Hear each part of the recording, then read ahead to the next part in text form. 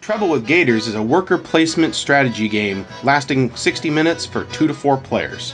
It contains 9 game mats consisting of your location cards and player cards, 1 Gator season tracker, 112 micro cards split between the value deck, the gear deck, and the expertise deck, 1 first player token, 54 hunt deck cards, which is where you'll find your Gators, 3 red meeple, 3 blue meeple, 3 green meeple, and 3 black meeple, with their corresponding 3 red cubes, 3 blue cubes, 3 green cubes, and 3 black cubes.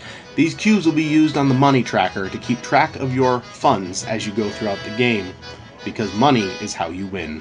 Split your hunt deck into 3 different piles. A pile of 10 for the open water, a pile of 18 for the swampy shore, and a pile of 26 for the marsh. In the hunt deck, you will find Gators ranging from 3 feet all the way up through 15 feet. Feel free to pause this video to get a better look at any cards. You will also find other cards throughout the hunt deck, like no bites, catfish, turtles,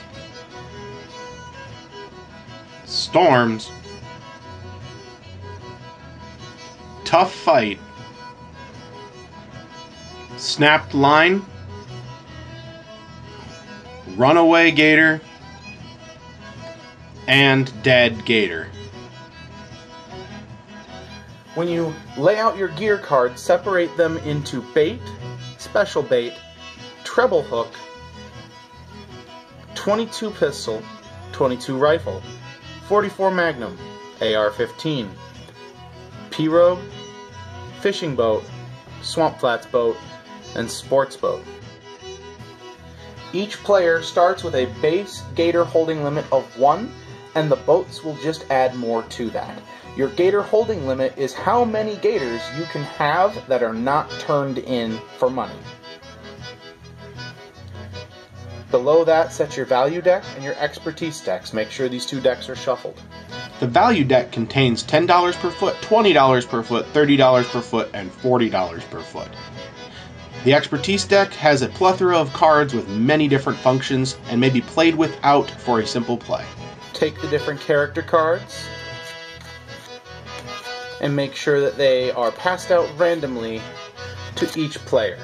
These character cards have quick references for the different actions and a special trick of the trade. Then have each player choose what color set they would like. Red, blue, green, or black. After choosing what color set people have, take one of your meeple and set it by the store.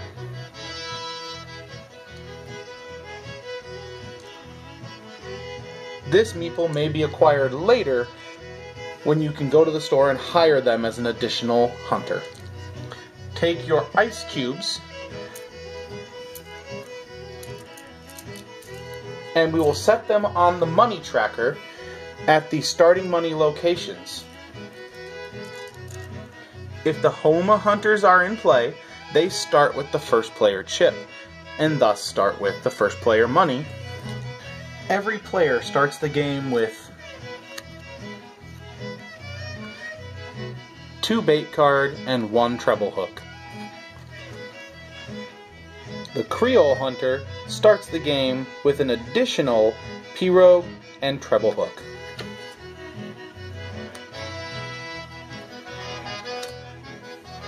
We have the rednecks that one of their hunters does not count at the end of the game for payment, as it is their child. The big game hunter, they get a +2 hunt card draw every time they go hunting, but their hunters cost 30 at the end of the game instead of 20. The Homa start as the first player, and special bait only costs 20 instead of 30. If for whatever reason the Homa hunters are not in play, pick a player at random to go first. Now, if you will notice, there are symbols at the different locations next to what actions can be performed. Those symbols correspond with what is on the gear. So at the marsh, you need to have a treble hook, a bait, a gun, and a boat in order to place a hunter at this location. If you do not meet the requirements, you cannot place. At the store, there are no requirements. You can always put a person here as long as there is space.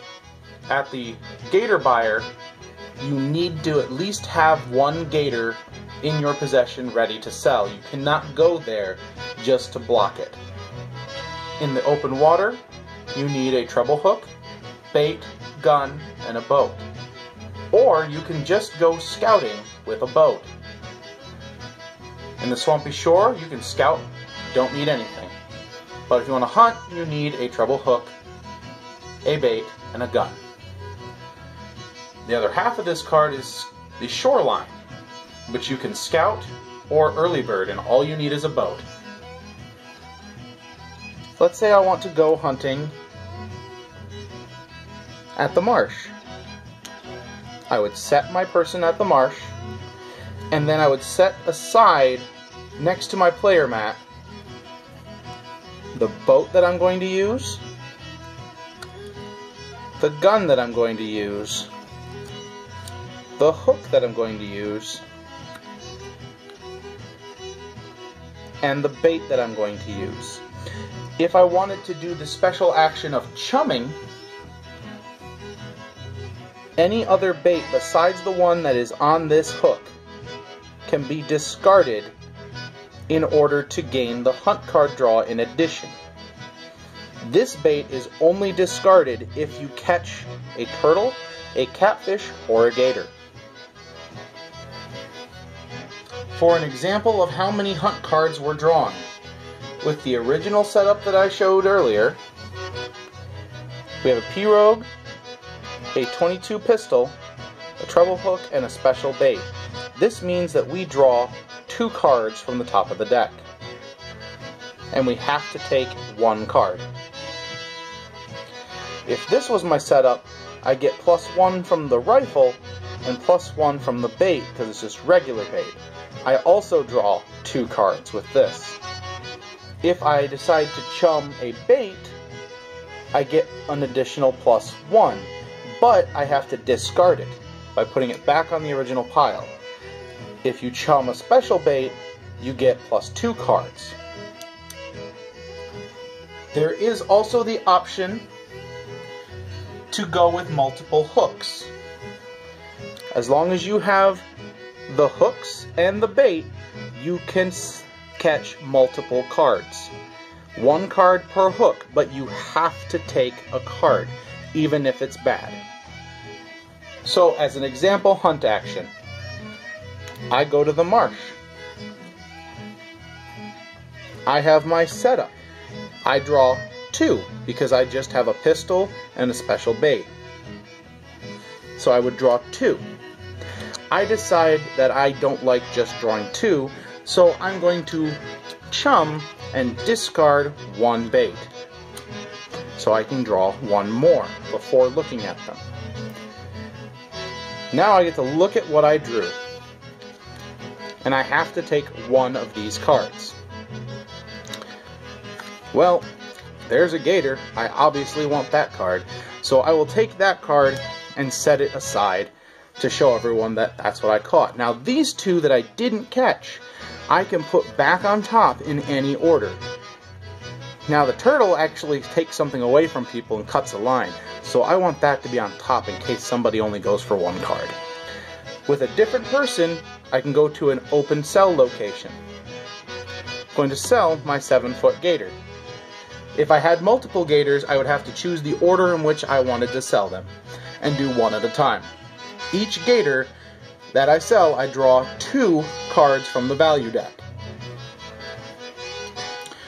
I look at them and choose 1 to keep and 1 to put on the bottom or top of the deck.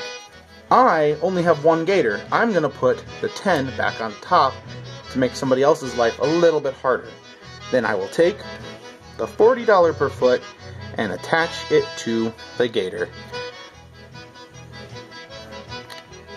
So now this gator is worth $40 for each foot.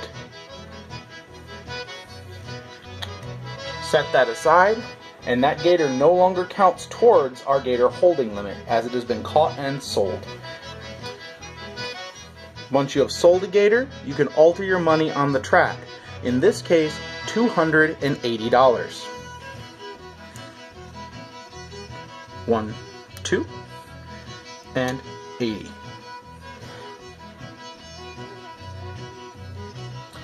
If I went to the store in order to buy anything, at the store you can buy 3 things at a time.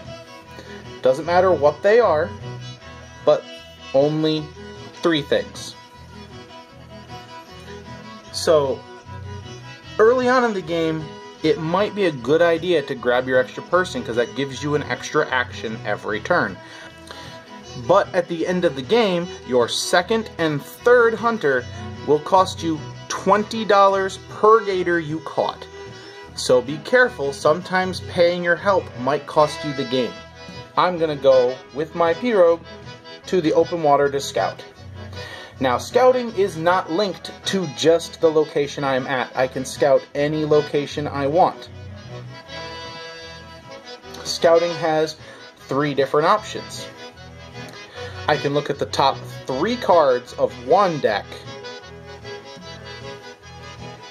or I can look at the top 1 card of each deck. And lastly, I can shuffle one deck and then look at the top 1 card. All of these options allow me to draw 1 expertise card. Now, for the early bird action, it is only located at the shoreline, and there's only 1 spot for it. Make sure you set your boat aside so you know what you took there. Early bird, you get to take an expertise card, just like with scouting, and you also take the first player token and start the next turn as first player. Now, if at any point you do run out of money, and you do not have any bait, but you don't have any gators, you have no way to get any money, you may skip the action of one of your people to gain $50. That person is done for the turn and cannot go hunting or do any other actions. If you are playing with 2 players, the game will go 8 rounds. If you are playing with 3 players, the game will go for 7 rounds. If you are playing with 4 players, the game will go for 6 rounds. Let's go around and show kind of how turn placement works.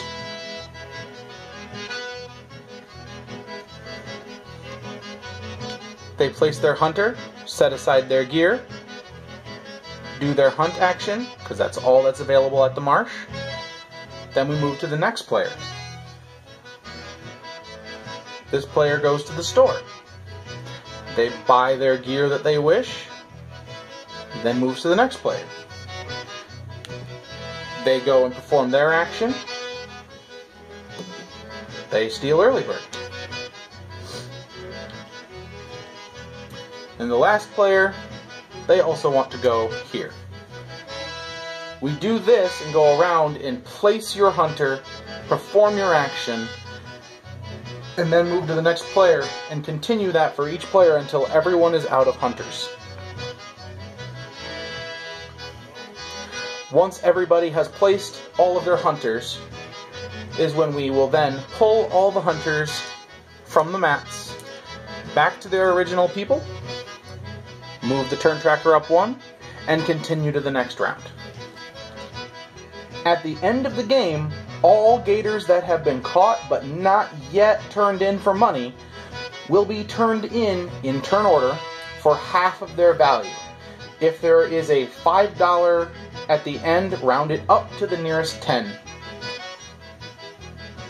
The person at the end of the game with the most gators wins $300 additional dollars. If there are any ties for most gators or the person who wins the game, They are broken by the person who has the most feet of gators caught. Everyone must pay their second and third hunters $20 per gator caught at the end of the game. So total hunters minus 1 times 20 times amount of gators equals the final fund reduction. Player at the end of the game with the most money wins.